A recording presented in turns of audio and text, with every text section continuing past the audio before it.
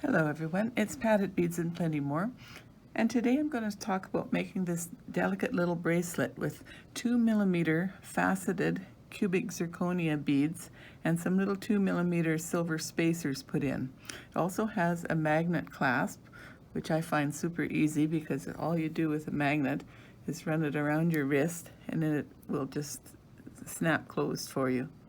So with these beads also come in several colors. I've used the teal color for this sample, but here are all the other colors that we have that you might be interested in. There's black and emerald green, a pink, a red, and a navy. And these, of course, look really nice all together on a wrist. And I'm going to work up some multiples. With the one that I'm working today, I'm going to make a plain one to go with this one that has the little silver beads in it. So I used the rest of my cubic zirconia strand here, and I'm going to show you a few hints with working with these tiny beads.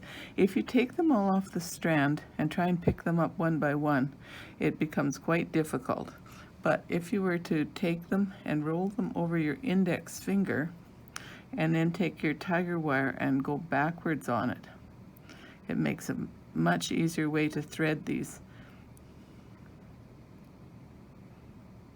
You still can only get 3 or 4 beads each time.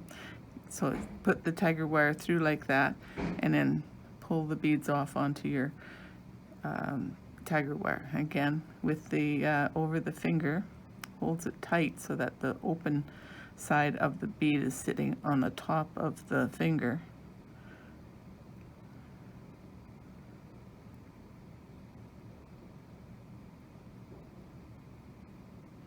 They aren't super easy to work with, of course, so I only got one that time. And carry on here.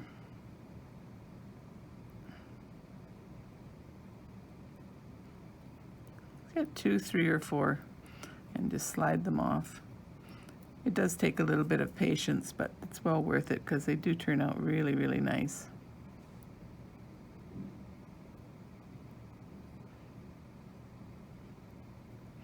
There, got 4 that time. So I will continue to get the rest of these beads on my tiger wire piece, and then I'm going to show you how to finish the clasp at the end.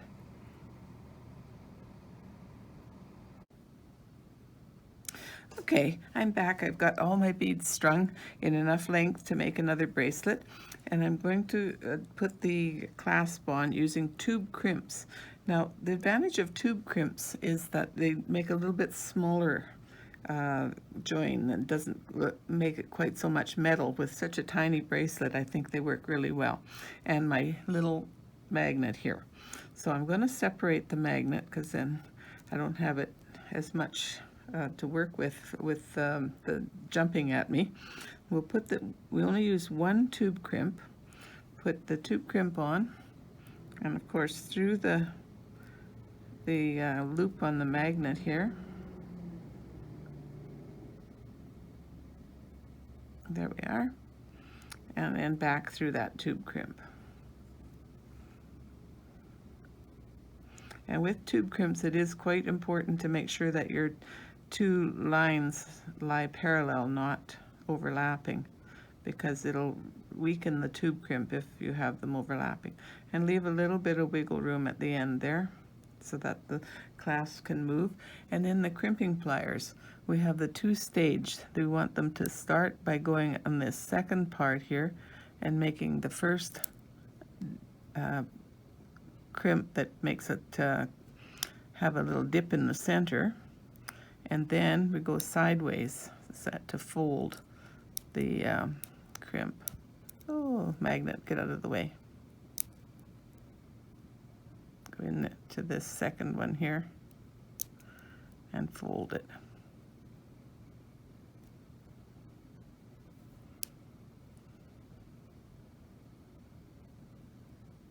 There we are. And then I always go in with the tips to tighten this up just a bit, to make sure it's good and tight. And then you can give, oh, it didn't flatten it good enough, so we'll give it another go. with the tips of the pliers this time. There we are. That looks better. So it's nice and flat and a tiny little crimp. So then we're going to slide all the beads down. And I want a few of these beads to go onto the second wire. Not a lot, just a few.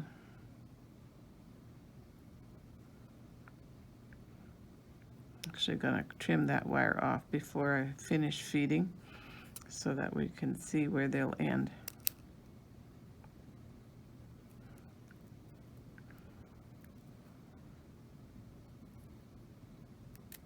There we are. I'll drop these down so that they sit nice and tight over top of that double tiger wire there. There we go. Now drop all of these down.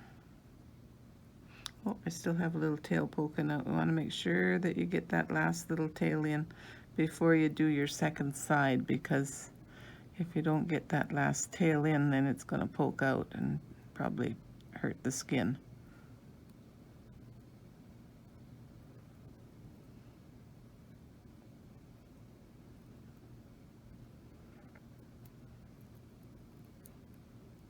Okay, I think I've got a raw end on there. There's something to always watch out for.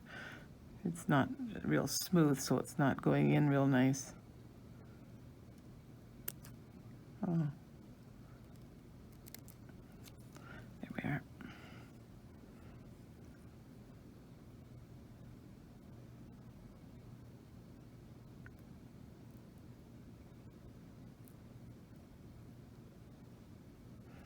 Make sure there's no little picky thing sticking out there, and then we'll drop all these beads down.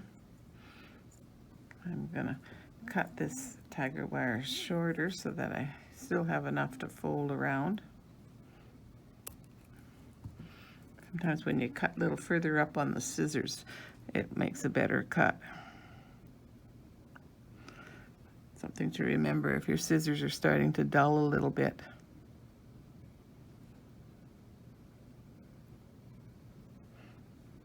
Okay, there we are.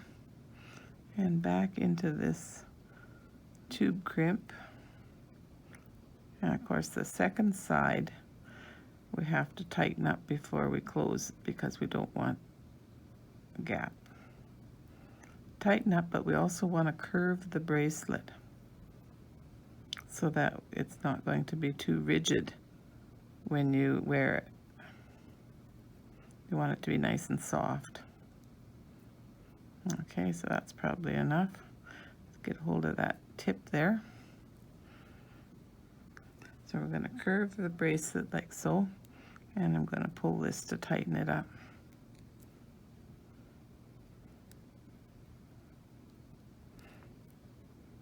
A matter of pull and push, and you can always use the pliers on to give it that extra little tug. Oh, we've got far enough now. Drop those back. Make sure I've got a little bit of a gap there so that the clasp can have some movement.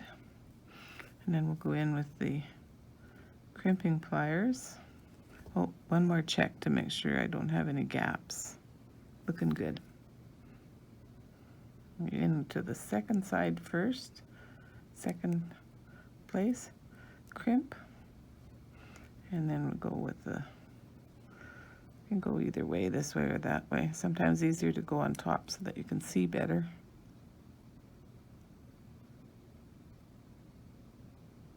There we are. And give it that last pinch with the, now we're just going to cut away this excess wire. Now one of my hints for cutting away wire tight is to hold the wire straight up and then go in with the scissor or a plier if you prefer cutting with a plier, and cut against the other beads so that you get as much of that excess off as you can. So there we are, another little magnet. So putting the two on together,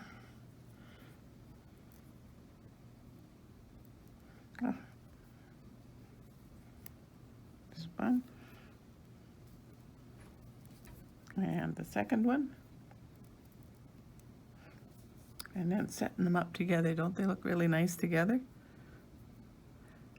So it's a challenge to work with tiny beads, but it also is really nice. Thanks for watching. Bye for now.